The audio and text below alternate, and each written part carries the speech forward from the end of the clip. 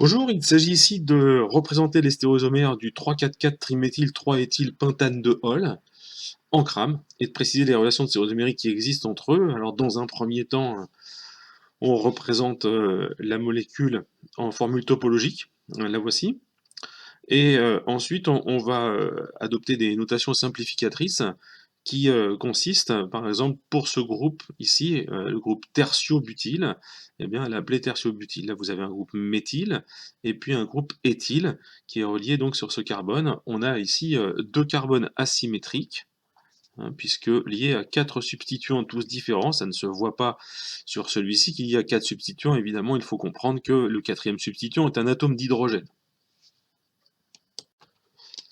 Alors, le fait qu'il y ait deux carbones asymétriques implique qu'il y a au maximum 2 puissance 2, c'est-à-dire 4 stéréoisomères, euh, et on va essayer de les représenter.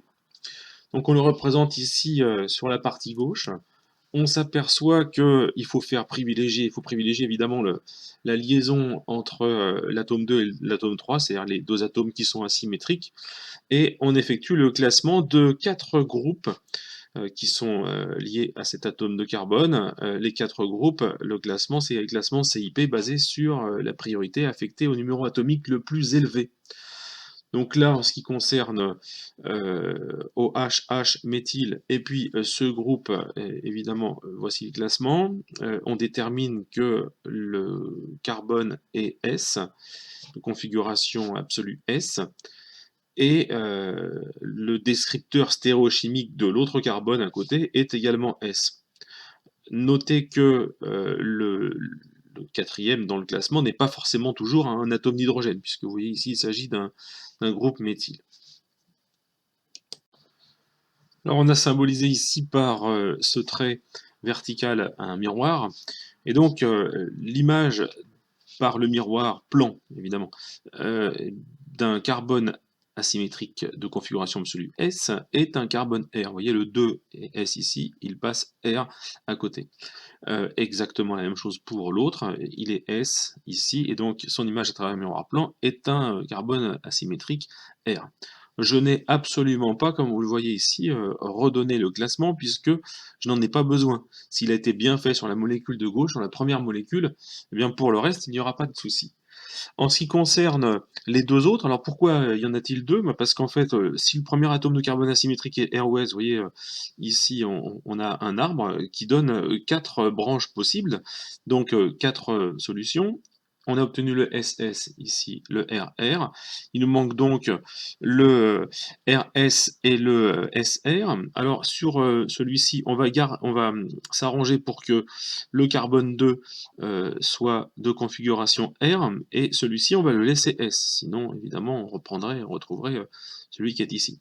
Alors, celui qui est R, regardez, je n'ai pas beaucoup d'efforts à faire. Si, pour celui-là, j'ai des efforts à faire. Je dois échanger deux liaisons ici. Et par exemple, je vais prendre OH, je vais le laisser en place, et je vais échanger le H et le méthyle. Puisque je les ai échangés, quand j'échange deux liaisons et deux liaisons seulement, à ce moment-là, on se retrouve avec inversion de la configuration, donc il est R. Pour celui qui est S à gauche, évidemment, je ne change rien du tout, et je reprends ce qui est à côté.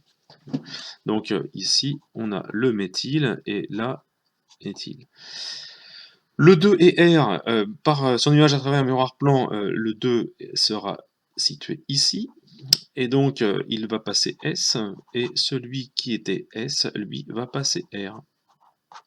Voilà. Et donc le 2, pour qu'il soit S, eh bien, je vais reprendre l'image exacte à travers le miroir plan. Le méthyle était derrière, le H devant. Et puis celui-là qui est R, je reprends aussi l'image tertiobutyle, le méthyle qui est derrière et l'éthyle qui est devant.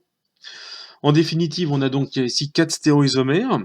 Le 2S3S, son image à travers un miroir plan, le 2R3R. Et puis là, on avait le 2R 3S, et l'image à travers un miroir plan, et le 2S 3R.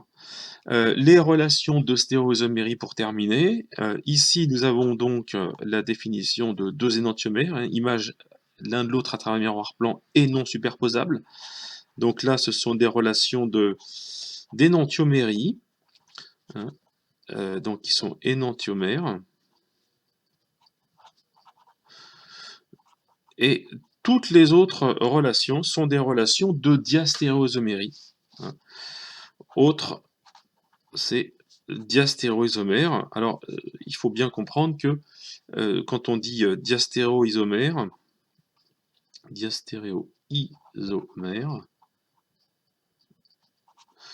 eh bien, quand on dit diastéréoisomère, c'est donc celui-ci et celui-ci. Là aussi, on a ces deux-là et ces deux-là. Donc, ça en fait 4 des relations de diastéréoisomérie. 1, 2, 3, 4. Voilà.